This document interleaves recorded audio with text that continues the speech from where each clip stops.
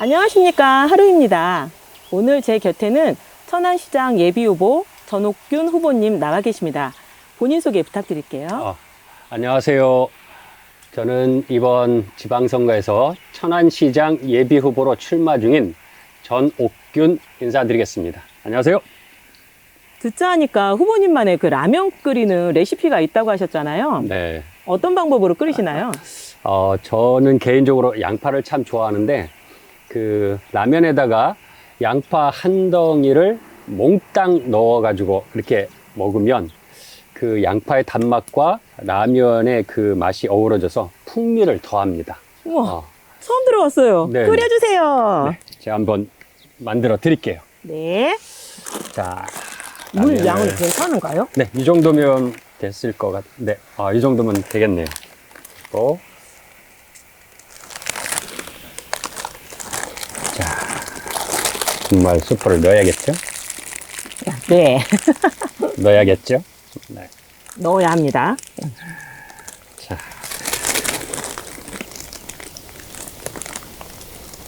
건더기도 넣고. 하고, 여기다가 양파를 맛있게 넣겠습니다. 면 넣으면서 동시에 네, 양파를 네. 함께 넣는 거예요? 그래야 이 맛이 아주 잘 우러나더라고요. 아까 삼양라면이었는데 라면은 꼭 삼양라면이어야 되는 건가요? 그렇진 않죠. 근데 이제 저는 이제 그 국물 맛을 제대로 느끼려면 이 그 라면의 맛이 좀 너무 진한 거는 맛이 좀 달라지더라고요. 그래서 순한 라면하고 하시면은 더 좋을 것 같아요. 그래서 삼양라면. 그래서 삼양라면 딱 좀. 와, 잘 익어가고 있네요. 스티향도 나고요. 음, 양파의 그 달달함, 있어요. 네네, 있어요. 그 향이 네. 있어요 지금. 네.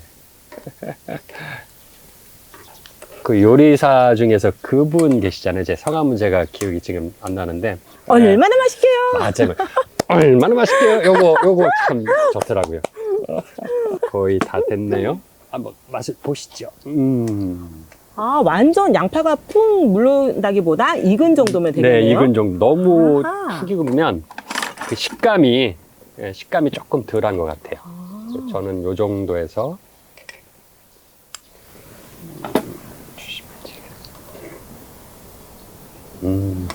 좋아. 와, 이 정말 카메라에 냄새가 들어가지 않는다는 게 너무 안타깝습니다. 저도 잔뜩. 이 대한민국 사람들은 특히 라면 앞에선 진심이잖아요. 그렇게 되더라고요. 그러면 맛을 보겠습니다. 보겠습니다. 저는 양파 먼저 한번 먹어볼게요.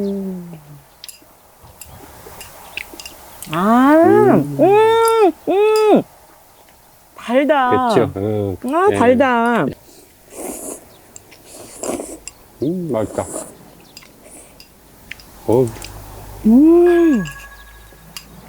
맛있게 잘 먹었습니다. 저도요.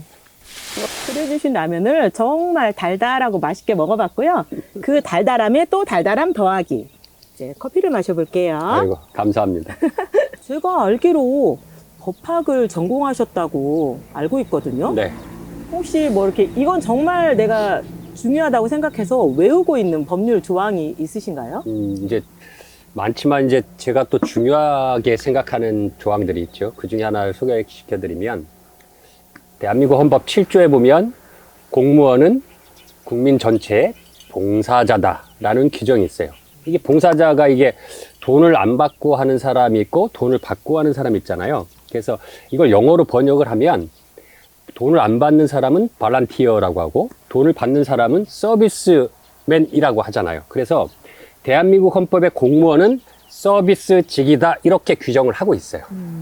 제가 제일 중요하다고 생각하는 규정입니다. 그래서 제가 지난번 선거에서도 시장은 서비스직이라고 제가 캐치프레이즈를 걸었는데 이건 제가 하는 이야기가 아니라 대한민국 헌법에서 그렇게 명령하고 있는 거예요. 그러니까 그냥 선언한 게 아니라 명령이죠. 공무원들은 서비스직, 국민들을 위한 서비스직이다 라고 명령하고 있어요. 그러기 때문에 국민들로부터 신분을 보장을 받고 이렇게 되는 거거든요. 근데 지금 우리 현실은 그렇지 않은 부분들이 많아서 안타까운 현실이죠. 제가 바로잡고 싶은 현실이기도 하고요. 천안 지역에 어떤 문제가 있다고 생각하세요? 일단 이런 질문 한번 드려볼게요. 우리 하루님께서 살고 있는데 천안시장이 와서 그 옆에다가 우리 천안 시민 전체를 위해서 산업단지가 필요하다. 대신 공해도 없는 첨단 산업단지를 만들겠다. 동의 좀 해달라. 이렇게 하면 어떻게 하시겠어요? 공해가 없다. 공해가 없는 아주 첨단 산업단지를 만들어 주겠다. 그러면 솔깃할 것 같아요. 예, 이것도 자본주의 아니기 때문에 이게 산업단지도 필요하고 나한테 피해도 없지만 전체를 위해서 꼭 필요한 시설이고 그래서 내가 한 발 양보해서 그렇게 하자고 이렇게 약속을 해줄 것 같아요. 그렇죠? 네. 그런데 이 천안시장이 그 땅이 안 팔려서 산업단지가 안 팔려서 거기다 쓰레기 매립장을 유치를 해버렸어요. 그럼 너무 속상하죠. 그렇죠. 이건 약속을 어기는 거고 네. 기본이잖아요. 약속을 지킨다는 거. 네. 그런 일이 대한민국 천안시 성남면 수십면에서 지금 벌어지고 있어요. 그것도 그냥 뭐 9,000톤의 쓰레기, 그 독극물이 포함된 그 쓰레기인데 그 쓰레기가 그냥 9,000톤도 아니고 90만 톤이라는 어마어마한 쓰레기 매립장이 지금 거기에 들어서고 있고 지금 소름 끼쳤어요.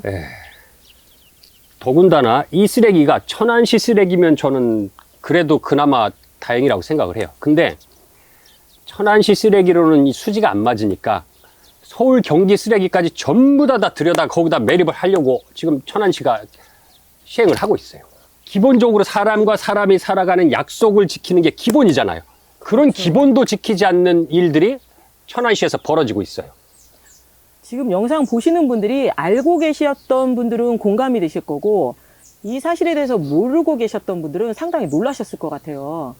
그렇다면 후보님, 그런 문제들에 대한 혹시 해결 방안도 갖고 계신가요? 당연히 가지고 있죠. 저는 이거는 지금 그 천안시뿐만이 아니겠지만 대표적으로 천안시가 이 공무원 조직이 이런 시민들을 주인으로 대접하지 않는 서비스직이란 마인드가 없이 운영되는 건 시스템의 문제라고 저는 생각을 합니다. 그래서 기본적으로 인사 기준이라는 게 있잖아요. 공무원에는. 그 기준이 지금은 전문직을 위한 인사 기준으로 만들어져 있어요. 공무원은 전문직입니까? 서비스직입니까? 계속 말씀해 주셔서 서비스직이요. 서비스직이죠. 그럼 그 인사 기준도 전문직이 아니라 서비스직 기준에 맞는 기준으로 만들어야죠. 고객 만족도가 기본적으로 최선으로 들어가야 되고, 그리고 고객에 대한 민원 처리 건수도 얼마나 많이 내가 민원 처리를 건수를 했는지에 대해서 거기에 대한 기준이 또 들어가야 되고, 그래서 이런 기준, 인사 기준을 서비스직에 대한 기준으로 바꿔버리면 저는 이 문제는 좀 대부분이 해결될 수 있다라고 생각을 해요.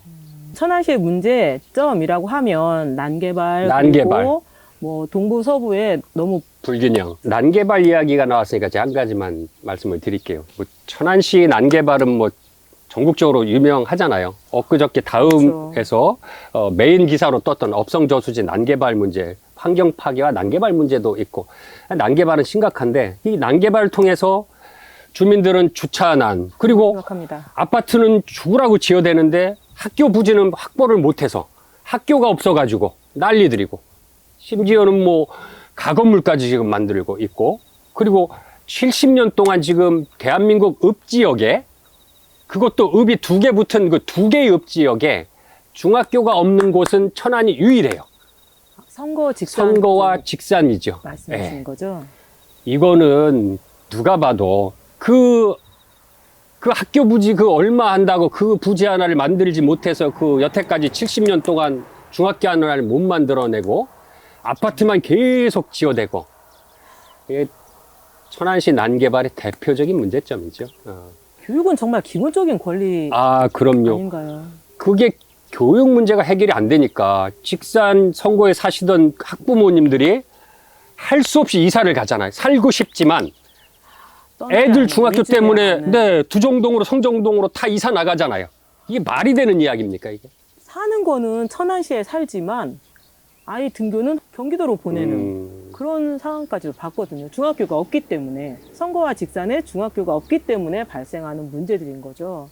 말씀하신 대로 교육은 기본적인 요건이잖아요. 우리가 살아가는데, 가족이 살아가는데 꼭 있어야 될 것들인데 돈이 안 되니까. 학교, 또 공원, 주차장, 이런 것들은 돈이 안 되니까 천안시에서 신경을 안 쓰다 보니 시민들의 삶은 팍팍해지고 행복하지 않은 거죠. 그 얼마 전에 그거 한 가지 말씀드릴까요? 얼마 전에 그 모 신문지에서, 신문 일간지에서 전국 도시 살기 좋은 동네 다 50군데를 선정을 했어요. 여러 가지 그 설문도 하고 또 사회적인 조건, 교육 조건 다 해서 했는데 우리 이웃인 아산이 47등을 했더라고요. 예. 천안시는 50등에 들지도 못했습니다. 왜냐? 난개발 때문에. 이렇게 살기 팍팍한데 그 50등 안에 들겠어요?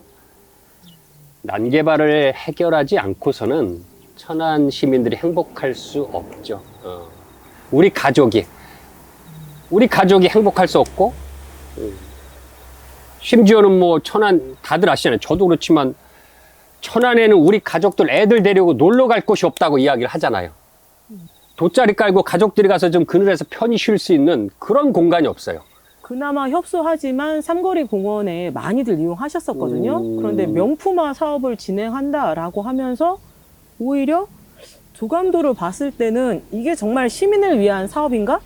의구심이 들더라고요. 네, 맞아요.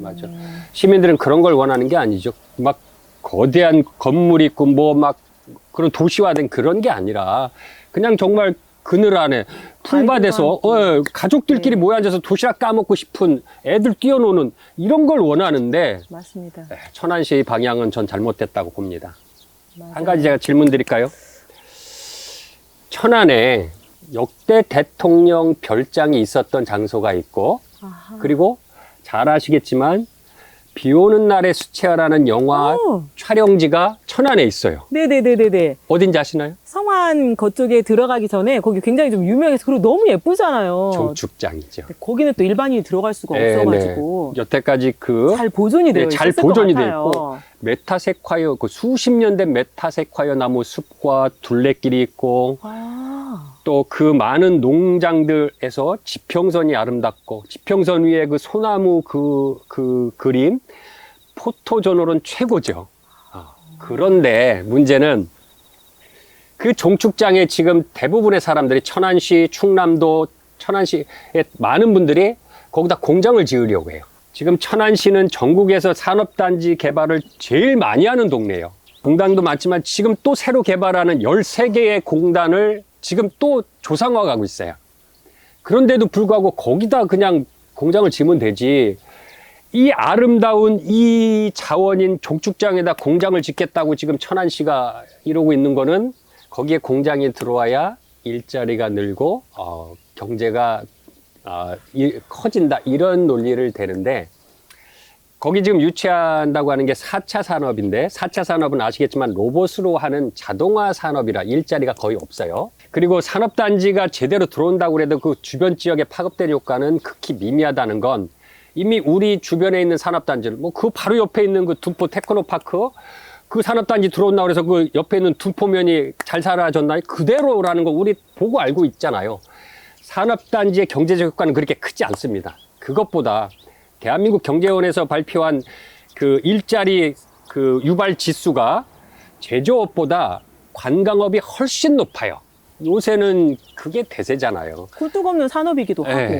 그래서 제 생각은 지금 이 종축장을 있는 그대로만 잘 보존하고 그 안에다가 좀 그 시민들이 관심을 가지고 꾸며내면 연 500만 관광객 전 충분하다고 봅니다. 예술이 함께 어우러진다면 당연하죠. 문화예술인들이 그 안에 자기들의 창작물들을 전시하고 판매하고 또 천안의 농민들은 그 안에 들어가서 꽃을 가꾸고 청보리밭을 가꾸고 해서 시민들에게 거기에 그 볼거리와 사진 찍을 장소를 제공을 하면 이건 일석사조가 되는 거죠. 그 멀리에 있는 그 순천만 국가정원 1호죠.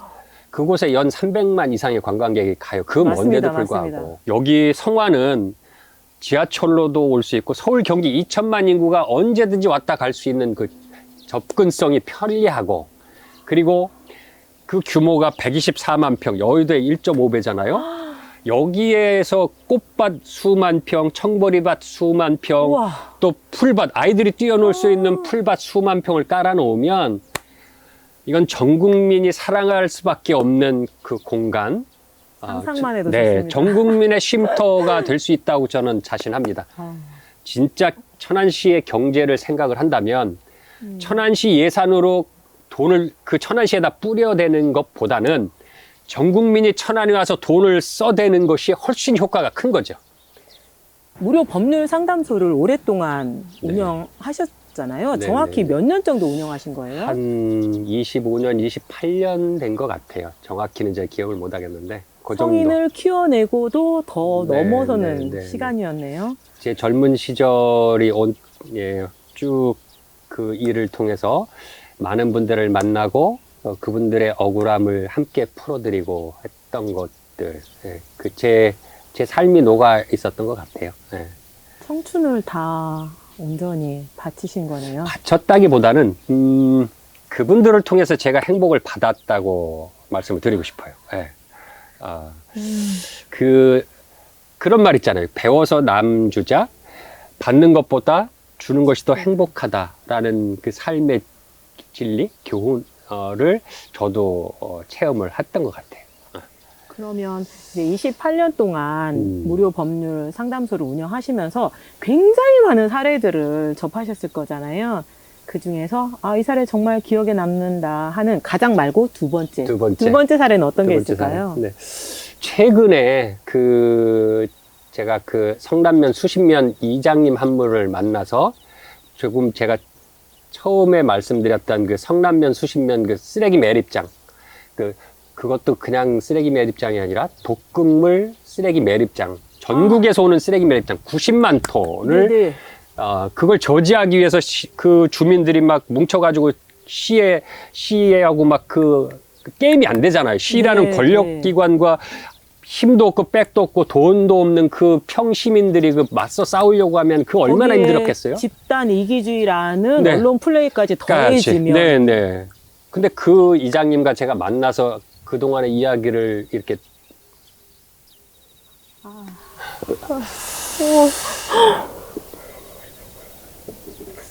지금 잠깐 감정이 격해지셔서 타인의 고통에 타인의 아픔에 이만큼 공감하실 수 있는 분이 후보님이시라는 것 영상 보고 계신 분들은 한번 생각해 주셨으면 좋겠습니다. 쉬었다 갈게요. 죄송합니다.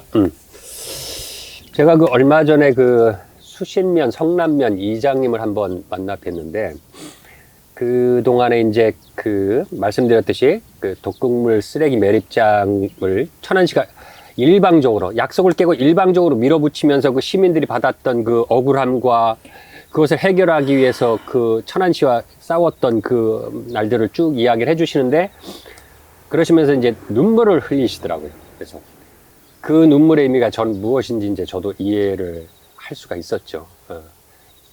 평시민으로 살아간다는 것, 대한민국에서 평시민으로 살아간다는 것, 돈도 없고 백도 없는 시민들이 살아가는데 느껴야 되는 그런 그 무력감과 억울함들이 있잖아요. 천안시는 그래요. 지금 이제 와서는 법원에서 판결도 났고 계약이 이미 성사가 됐기 때문에 어쩔 수 없다라고 이야기를 합니다. 그러면 그 잘못된 계약을 체결한 천안시가 책임을 져야지. 왜 아무런 죄도 없는 약속을 파기당한 천안 시민들이 그 책임을 져야 되느냐고요. 이건 말도 안 되는 이야기죠. 일하는 사람들이 주인되는 세상을 만들려면 이제 우리는 무엇을 해야 하는지 그걸 여쭤보려고 했어요. 노동절이 네. 또 며칠 남지 않았잖아요. 네네네. 제가 참 어려운 질문인데요. 내 이웃이 행복하면 그 행복이 나한테 이렇게 넘어오는 것 같아요. 내 이웃이 힘들고 아프면 그 아픔이 저한테도 전달이 되고요. 제가 행복할 수 있는 비결은 내 이웃이 행복해야 한다는 게 제가 깨달은 삶의 진리예요. 그래서 일하는 사람들이 주인 대접받고 정말 주인처럼 행복하게 살아가려면 우리 이웃을 한번 돌아보고 그들이 어떤 아픔이 있는지 한번 관심을 가져주고 아플 때는 가서 한번 손 잡아주고 그러면 정말 행복한 세상이 되지 않겠나 하는 세상을 꿈꿔봅니다.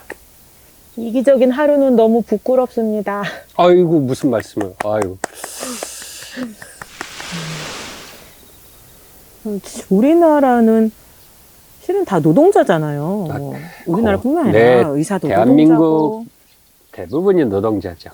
그런데 이제 그 기존 언론 프레임에서 이제 노동자라는 그런 것을 뭐랄까 좀 그 이념의 틀에서 자꾸 이것을 도색을 하고 하다 보니까 노동자는 좀 빨강색, 근로자는 뭐 그렇지 않고 이렇게 그 인식이 되어져 왔는데 불행한 현실이고요.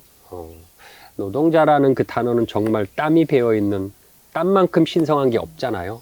그리고 노동자는 우리의 아버지와 우리의 어머니의 다른 이름이기도 하고요. 우리 가족의 한 사람일 뿐인데 이것을 왜 정치적으로 막 다르게 막 왜곡을 하고 하는지 전 모르겠어요. 그냥 우리 가족이에요, 노동자는. 우리 동생이고 우리 아빠고 엄마고 저는 그렇게 바라봐야 된다고 저는 생각을 합니다. 우리나라 노조 가입률은 몇 % 정도 되나요? 지금 조금 올라서 지금 한 13%, 14% 이 정도 올라와 있는데 이건 선진국 수준은 아니죠. 선진국 수준이 되려면 최소 40%, 50%, 60%는 가야 아 선진국이구나 이렇게 되는 거죠. 네, 이건 정말 부끄러운 현실입니다. 후보님, 제가 그 밀고 계시는 선거 슬로건 봤는데 짜장, 짬뽕 이렇게 되어 있어서 짬뽕 드시자고 하는데 그게 뭔지 잘 모르겠더라고요. 그게 네, 뭐예요? 네, 제가 잠깐 설명을 드리면 지금 천안 시민들은 그 28년 동안 빨강 짜장, 파랑 짜장만 드셨어요. 그래서 이제는 짜장은 물리게 드셨으니까 이번에는 화끈한 무소속 짬뽕을 한번 드셔보셔라. 이렇게 제가 이렇게 제시를 하는 겁니다. 아, 거기서 짜장이 네, 승자 짜장. 독식의 거대 양당제만 그렇죠. 유지되어 왔으니 과감하게 짬뽕 무소속 전옥균 한번 드셔보시죠. 드셔보시라. 아하, 이거죠. 네. 이거였네요. 아하. 난개발 짜장이 아니라 화끈한 친환경 짬뽕입니다. 알겠습니다. 확실하게 알겠습니다. 시간이 많이 지났는데요. 마지막으로 한 말씀 하시고 싶은 말씀 있으면 부탁드릴게요. 네. 제가 천안에서 지금 55년째 살고 있습니다. 제가 바라본 천안시 행정은 난개발, 덩치는 커졌어요. 근데 난개발을 통해서 참 그 시민들의 삶은 행복하지 않다라는 게 저의 느낌입니다. 그래서 이제는 좀 시민들의 삶이 행복할 수 있도록 난개발이 아닌 친환경적인 생태적인 도시, 그래서 전 국민들이 좀 찾아오고 싶은 그런 동네로 만들고 싶습니다. 여러분들이 함께 해주신다면 제가 정말 정원 같은 도시 천안, 전 국민이 찾아오고 싶은 천안을 만들어 내겠습니다. 감사합니다. 지금까지 천안시장 후보님 전옥균님과 이야기 나눠봤습니다. 고맙습니다. 감사합니다. 수고하셨습니다. 아유, 오늘 네, 정말 네. 고생하셨습니다. 수고하셨습니다. 오늘 저녁은 짬뽕인가요? 좋죠. 짬뽕 하시죠.